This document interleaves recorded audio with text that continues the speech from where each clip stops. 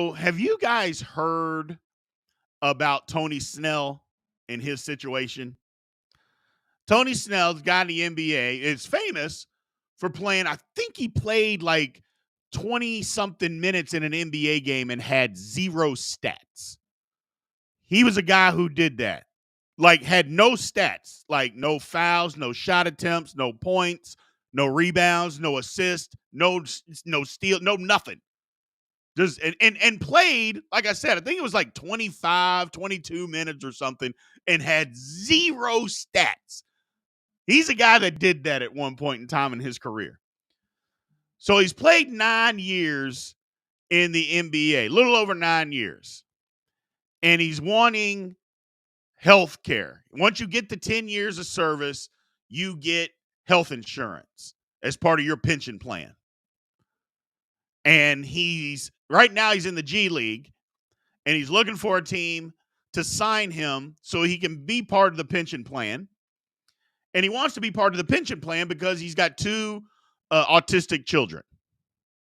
His two sons are both autistic. And so, obviously with the medical costs that come with that, and they're young kids. They're young kids. They're not like 25 or something. They're very young kids. So he's wanting to be part of the pension plan, and he needs to sign on a team. I think it's by tomorrow to get part of the pension plan so he can be on the team by the rest of the year so he can get his service time so he can receive those benefits. Now, there's a lot of people out there that are upset. There's a lot of people that count other people's money. And so there's people that are counting his money because they say, hey, Tony Snell's made $52 million over his NBA career. He can go out and pay for his own health care insurance or go pay for health care himself. Okay. However, if he can be part of a company that pays for his insurance, wouldn't he want to do that? Wouldn't he want to save himself some money? People are out there, he can go pay for it himself. Well, why do I have to? I can't save myself money? People kill me with that. Why are you counting other people's money? Now, granted, here's my thought. He's not good enough to be in the NBA. He's on a D-League team. He's averaging like 4 or 5 points a game. He's not good enough to be on an NBA roster. Yeah, but neither is Giannis's brother. He ain't good enough to be on I don't even know if he's good enough to be on a D-League roster or G-League roster, whatever they call it. I don't even think he's good enough for that.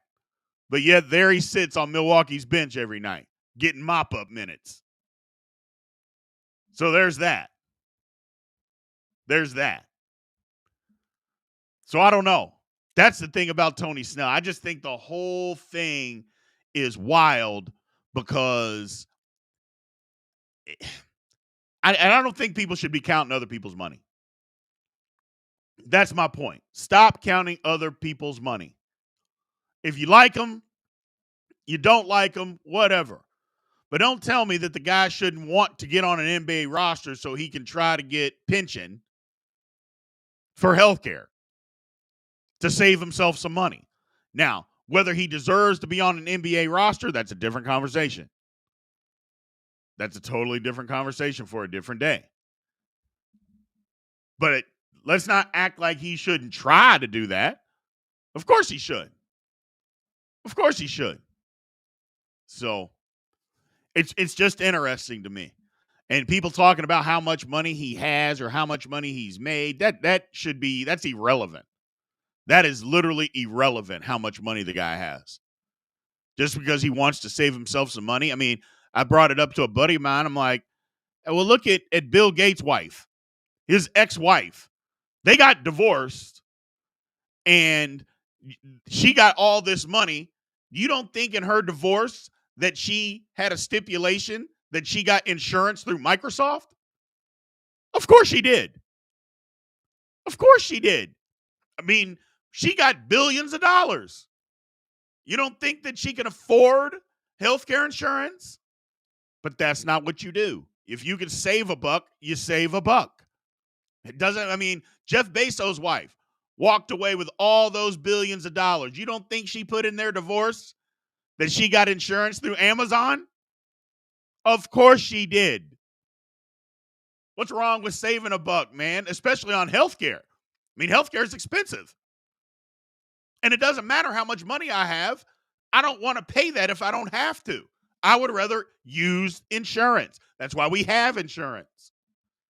It's not, well, I got all this money, so I don't care about insurance. People that think that way usually go broke. People that have that type of mindset, I got all this money, I'll just pay for it out of my pocket. Those are the type of people that go broke. That's all I'm saying.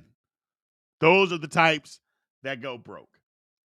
So hopefully, whatever his plight, whatever his circumstances are, hopefully it works out for him either way.